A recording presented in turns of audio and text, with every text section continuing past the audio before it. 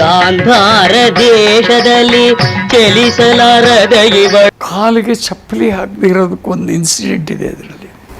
ಒಬ್ಬ light boy, ಅವನು ಎಲ್ಲ ಲೈಟ್ ಬಾಯ್ಸು ಶೂ ಇಲ್ಲದೆ ಬರೋರು. ಅವನೊಬ್ಬ ಬಂದ, ಆವತ್ತೆಲ್ಲೋ ಲೀವ್ಗೆ ಹೋಗಿದ್ದವನು ಬಂದೇನು, ಅವನು ಬಂದು ಶೂ ಹಾಕ್ಕೊಂಡೆ ಒಳಗಡೆ ಬಂದು ಕೆಲಸ ಮಾಡ್ತಾಯಿದ್ದ. ಯಾಕಂದರೆ ಆಗಿನ ಕಾಲದಲ್ಲಿ ಶಾಕ್ ಹೊಡಿತಾ ಇದೆ ಅಂತ ಹೇಳ್ಬಿಟ್ಟು ಕ್ಯಾನ್ವಾಸ್ ಶೂಸ್ ಕೊಡೋರು.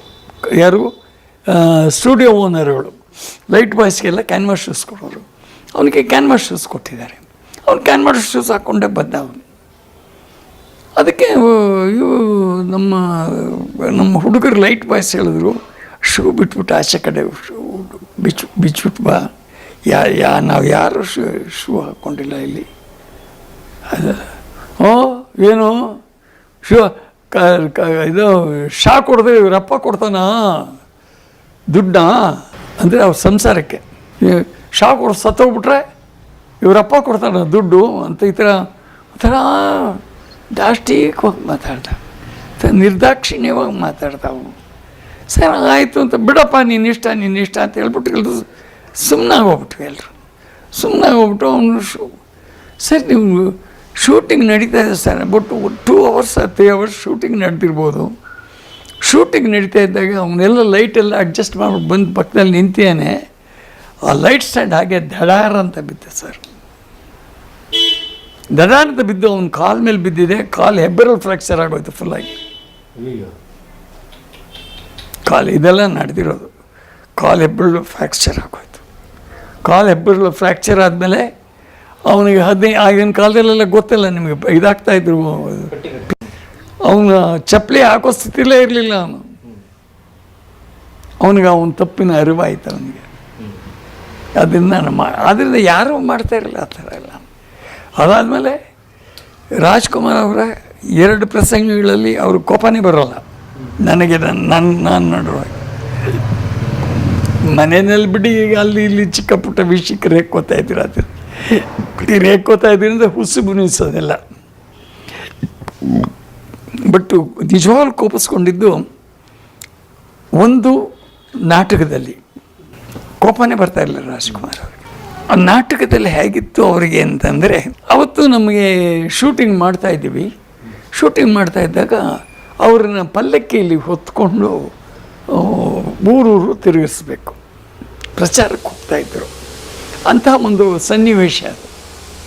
ಆ ಸನ್ನಿವೇಶದಲ್ಲಿ ಪಲ್ಲಕ್ಕಿ ಎತ್ತೋ ಹುಡುಗರು 2 ಮುಂದ್ಗಡೆ 2 ಹಿಂದ್ಗಡೆ ಹೊತ್ಕೊಂಡು ಹೋಗಬೇಕು. ಅಂಥ ಒಂದು ಪ್ರಸಂಗದಲ್ಲಿ ಇವರಿಗೆ ನಾವು ಶಾರ್ಟ್ ರೆಡಿ ಮಾಡಿದ್ದೀವಿ, ಎಲ್ಲ ರೆಡಿಯಾಗಿದೆ. ಪಲ್ಲಕ್ಕಿ ಎತ್ತೋ ಹುಡುಗರು ಎಷ್ಟು ಕರೆದ್ರೂ ಬರ್ತಾಯಿಲ್ಲ. 10 ನಿಮಿಷ ಆಯಿತು, 15 ನಿಮಿಷ ಆಯಿತು, ಬರಲಿಲ್ಲ. ಸೆಟ್ನಲ್ಲಿ ಎಲ್ಲೂ ಕೂಗ್ತಾ ಇದ್ದೀವಿ, ಎಲ್ಲ ಕಡೆ ಹುಡುಕ್ತಾ ಇದ್ದೀವಿ, ಸಿಗ್ತಾಯಿಲ್ಲ. ಎಲ್ಲೋದ ಅಂದೆ. ಸರಿ, ಅಲ್ಲಿ ನಾನು ಕೊನೆಗೆ ಹೋಗಿ ನೋಡಿದ್ರೆ ನಮ್ಮ ಸ್ಟುಡಿಯೋದಲ್ಲಿ ಒಂದು ಮೂಲೆಯಲ್ಲಿ ಒಂದು ಮರದ ಕೆಳಗಡೆ ಕೂತ್ಕೊಂಡು ಸಿಗರೇಟ್ ಸೇತಾ ಇದ್ದಾರೆ. ಅವ್ರ ಶಿಷ್ಯರು ಅಂತಂದರೆ ಕಾವಿ ಬಟ್ಟೆ ಇರುತ್ತೆ ಅವ್ರಿಗೆ. ಆ ಕಾವಿ ಬಟ್ಟೆ ಹಾಕ್ಕೊಂಡು ಸಿಗರೇಟ್ ಸೇತಾಯಿದ್ರು. ಕೊನೆಗೆ ಹೋಗಿ ನಾನು ಬೈದು ಕರ್ಕೊಂಬಂದೆ ಅವ್ರನ್ನ. ನಾನು ಕರ್ಕೊಂಬಂದೆ. ಎಲ್ಲೋಗಿದ್ರಂತೆ, ಎಲ್ಲ ಹಾಳಾಗೋಗಿದ್ರಂತೆ ಇವರು ಅಂತ ಇವರು ಬೇಚಾರಿಂದ ಕೇಳಿದ್ರು ರಾಜ್ಕುಮಾರ್ ಅವರು. ಮರದ ಕೆಳಗಡೆ ಬಂಗಿ ಹೊಡಿತಾ ಕೂತಿದ್ರು ಮುತ್ತರಾಜಣ್ಣ ಅಂದ್ಬಿಟ್ಟೆ ನಾನು. ಅವ್ರಿಗೆ ಎಲ್ಲಿದ್ದೋ ಸರ್ ಕೋಪ, ಗೊತ್ತಿಲ್ಲ ಅವ್ರಿಗೆ. ಬುದ್ಧಿದ್ದೇನ್ರಿ ನಿಮಗೆ, ಜ್ಞಾನ ಇದೆ ಅಂದರೆ ದೇವ್ರಿಗೆ ಹೊಟ್ಟೆಗೆ ಏನು ತಿಂತೀರ ನೀವು? ಸಿಕ್ಕಾಪಟ್ಟೆ ರೇಕೊಂಬಿಟ್ರು, ಹುಡುಗರ ಮೇಲೆ ರೇಕೊಂಬಿಟ್ಟು ಈ ವೇಷದಲ್ಲಿ ಬಗ್ಗೆ ಸಾಯ್ತಾ ಇದ್ದೀರಲ್ಲ, ನಿಮಗೆ ಜ್ಞಾನ ಇದೆಯಲ್ವ ನಿಮಗೆ, ಹೊಟ್ಟೆಗೆ ಏನ್ತಿದ್ದೀರ? ರೇಕೊಂಬಿಟ್ಟಿದ್ದಾರೆ. ರೇಕೊಂಬಿಟ್ಟು ಸರಿ ಶಾರ್ಟ್ ಆಗೋಯ್ತು ಸರ್. ಶಾರ್ಟ್ ಆಗೋದು ನೆಕ್ಸ್ಟ್ ಶಾರ್ಟ್ ರೆಡಿ ಮಾಡ್ಕೊಂಡು ರಾಜ್ಕುಮಾರ್ ಹುಡುಕ್ತಾ ಇದೆ, ಸಿಗ್ತಾ ಇಲ್ಲ ಎಲ್ಲನೂ. ಶಾರ್ಟ್ ರೆಡಿ ಅಣ್ಣ ಇಲ್ಲಿ ಮೇಕಪ್ ರೂಮ್ನಲ್ಲಿಲ್ಲ, ಅಲ್ಲಿಲ್ಲ, ಇಲ್ಲಿಲ್ಲ, ಎಲ್ಲೂ ಇಲ್ಲ. ಎಲ್ಲೋದ್ರು ಅಂತ ಯೋಚನೆ ಮಾಡಿ ಕೊನೆಗೆ ಏನೋ ಒಂದು ವ್ಯಕ್ತಿ ಒಂದು ಕಣ್ತು ಒಂದು ಕಾವಿ ಬಟ್ಟೆ ಹಾಕ್ಕೊಂಡಿದ್ದ ವ್ಯಕ್ತಿ. ನಮ್ಮ ಆಗಿನ ಕಾಲದ ಸ್ಟುಡಿಯೋಗಳಲ್ಲಿ ಸ್ಟುಡಿಯೋ ಗೋಡೆಗೂ ಪರದೆಗೂ 1 ಅಡಿ 1.5 ಅಡಿ ಜಾಗ ಇರುತ್ತೆ ಸಾಮಾನ್ಯವಾಗಿ.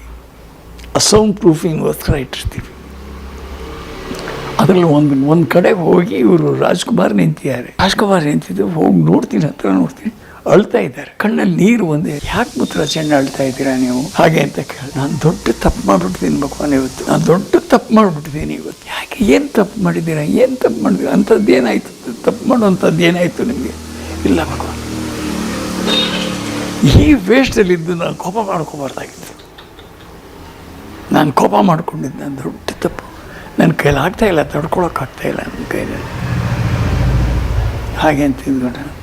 ನಾನು ಇಲ್ಲ ನನಗೆ ಒಂಚೂರು ನನ್ನ ಬುದ್ಧಿ ಕೊಂಚ ಅಲ್ಲಿ ಸೂಕ್ಷ್ಮವನ್ನು ಅರ್ಥಕೊಂಡೆ ನಾನು. ಅಣ್ಣನ ಮನಸ್ಸಿಗೆ ನೋವಾಗಬಾರ್ದಲ್ಲ,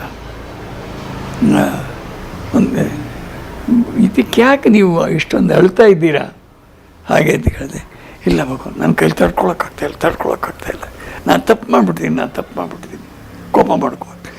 ಯಾಕೆ ಇಷ್ಟೊಂದು ತಲೆ ಕೆಡಿಸ್ಕೊಂಡು ಒದ್ದಾಡ್ತಾ ಇದ್ದೀರಾ ನೀವು ಏನು ಇವಾಗ ಮಾಡಿದ್ದು ಅಪರಾಧ ಏನು ಮಾಡಿದ್ದೀರಾ? ಆ ಹುಡುಗರ ಮೇಲೆ ಕೋಪ ಮಾಡ್ಬಿಟ್ಟು, ಅದು ರಾಜ್ಕುಮಾರ ಕೋಪ ಮಾಡ್ಕೊಂಡಿದ್ದಾರೆ ಆ ಹುಡುಗರ ಮೇಲೆ. ನೀವೇನು ಹೇಳ್ತೀರಾ? ನೀವು ಈ ವೇಷದಲ್ಲಿದ್ದಾಗ ರಾಘವೇಂದ್ರ ಸ್ವಾಮಿಗಳೇ ನೀವು ಅಂತ ತಾನೇ ನೀವು ತಿಳ್ಕೊಂಡಿರ್ತೀರ ಯಾವಾಗಲೂ. ಅವ್ರನ್ನ ಈ ಧ್ಯಾನಿಸ್ತಾನೆ ನೀವು ಕೆಲಸ ಮಾಡ್ತೀರಾ. ಅದೇ ರೀತಿ ರಾಘವೇಂದ್ರ ಸ್ವಾಮಿಗಳು ಬಂದು ಆ ಹುಡುಗರನ್ನ ಯಾಕೆ ಬೈದಿರಬಾರ್ದು, ನೀವು ಯಾಕೆ ಅದನ್ನು ಯೋಚನೆ ಮಾಡೋದಿಲ್ಲ ಅಂತಂದೆ. ಆಗ ಅವ್ರಿಗೊಂದು ಕುಂಚು ಸಮಾಧಾನ ಆಯಿತು. ಸಮಾಧಾನದ ತಕ್ಷಣವೇ ಯಾಕೋ ನಂಗೆ ಶೂಟಿಂಗ್ ಮಾಡೋದು ಮನಸ್ಸಿಲ್ಲ ಭಗವಾನ್ ಇವತ್ತು ಅಂದರು. ಪ್ಯಾಕಪ್ ಇಮಿಡಿಯೇಟ್ ನೆಕ್ಸ್ಟ್ ಡೇ ಅಲ್ಲಿಗೆ ಪ್ಯಾಕಪ್ ಮಾಡ್ಕೊಂಡು ಬಂದಿದ್ದೆ ಅಷ್ಟೇ. ಅದು ಎರಡನೇ ಇನ್ಸಿಡೆಂಟ್ ನಾನು ನೋಡಿದ್ದು. ಅವ್ರ ಕೋಪ ಬಂದಿದ್ದು ಅದಕ್ಕೆ ಪಶ್ಚಾತ್ತಾಪ ಪಟ್ಟಿತ್ತು. ಅವರಲ್ಲಿರ್ತಕ್ಕಂಥ ಹಿರಿತನ ಏನಂದರೆ, ಯಾರ ಮೇಲೆ ಅಕಸ್ಮಾತ್ ಪಾಪ ಮಾಡಿಕೊಂಡ್ರೂ ಅವ್ರನ್ನ ತಕ್ಷಣ ಹೋಗಿ, ಯಾಕೆಂದರೆ ಅವ್ರ ತಂದೆಯಿಂದ ಬಂದಂಥ ಗುಣ ಅದು. ಅವ್ರ ತಂದೆ ಹೀಗೆ ಅಂತೆ ಹೊಡೆದು ಬಿಡೋರಂತೆ, ಚೆನ್ನಾಗಿ ಬಾರಿಸ್ಬಿಡೋರಂತೆ.